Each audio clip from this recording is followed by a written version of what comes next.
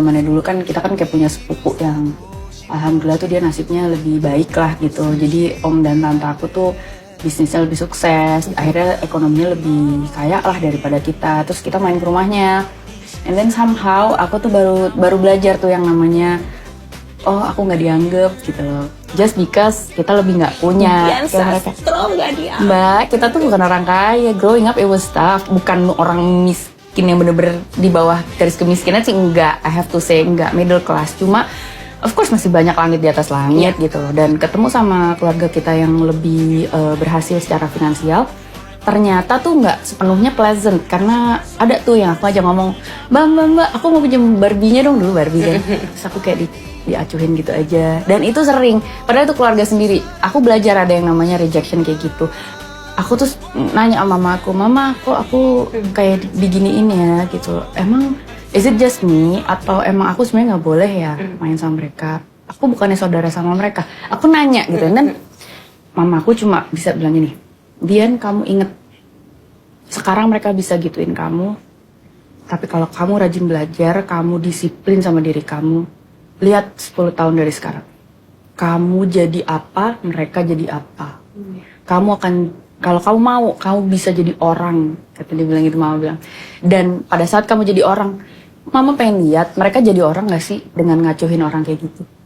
Mama yakin orang kalau suka milih-milih orang kayak gitu, gak akan jadi orang yang bermakna juga. Makanya aku kalau bisa berteman tuh jangan dipilih deh gitu loh.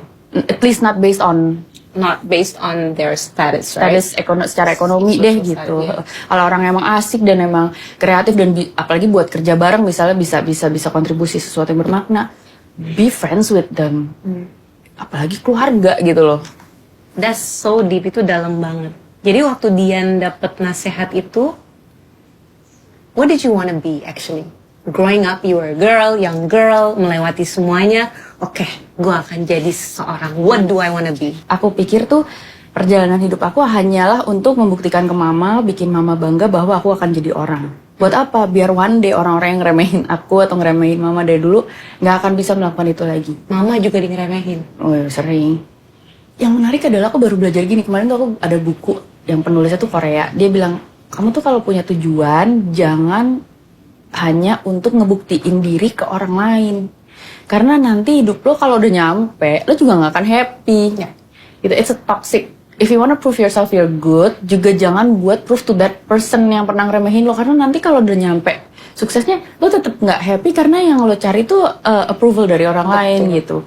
You should do it, kalau bisa tuh find a better reason yang emang karena lo suka aja gitu loh. Contoh kasus tuh gini, pas di buku itu ya, dia bilangnya gini.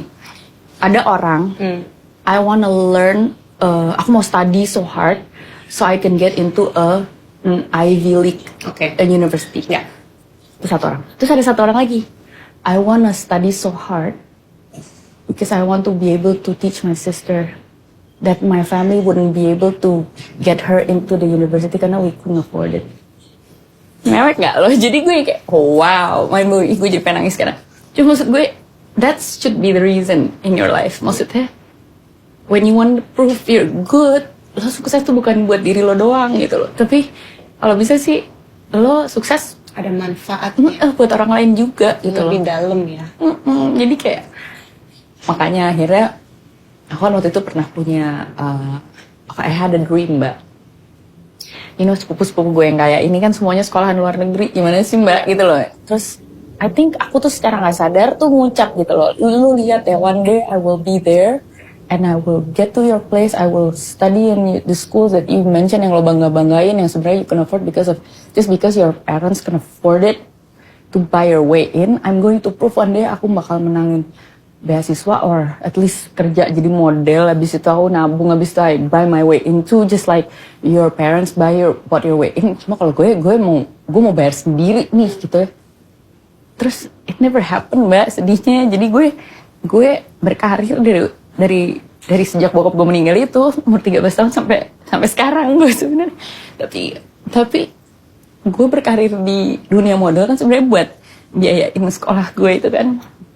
Dan itu nggak pernah terjadi. Funny about life. Terus akhirnya baru kayak berapa tahun yang lalu ya, 2008 atau 2013 gitu. I get it ya, mungkin emang I never meant to go there.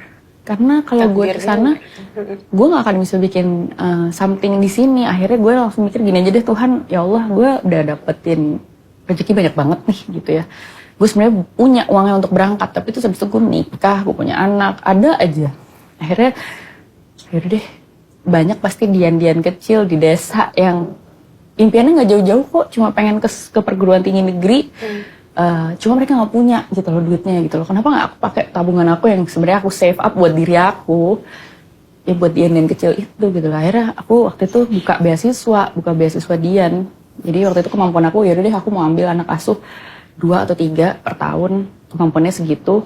Aku kuliahin ini anaknya kuli bangunan yang juara kelas gitu.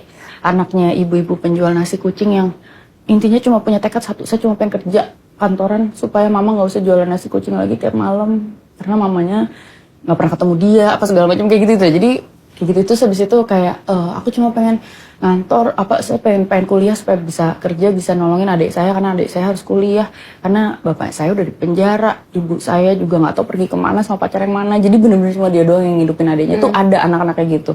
Alhamdulillah aku dipertemukan sama mereka dan akhirnya aku kayak oke, this is it. Aku relain, aku mau biayain mereka nih, jadi beasiswanya jadi beasiswa mereka. Dan sampai sekarang alhamdulillah udah kemampuannya cuma ngambil 3 anak. Ya pas ketemu 6 kandidat, akhirnya 6-6-nya aku ambil saking bagus semua. Saking aku. Ini baru kemarin ini? Ini 2016 Jadi sekarang udah ada 3 batch, 3 angkatan beasiswa Dian. Total udah ada 17 anak ya. 17. Yang lulus udah ada 7, alhamdulillah. Udah ada yang ngantor, udah ada yang jadi lawyer, udah ada yang jadi dokter. Anaknya tahu ini nggak? Tambang batu yang bapaknya tuh duk ngambil batu, capek-capek gitu. Anaknya nggak tega, dia pengen kuliah bukan buat nyombong, tapi biar bapak nggak usah kerja lagi. Kayak gitu.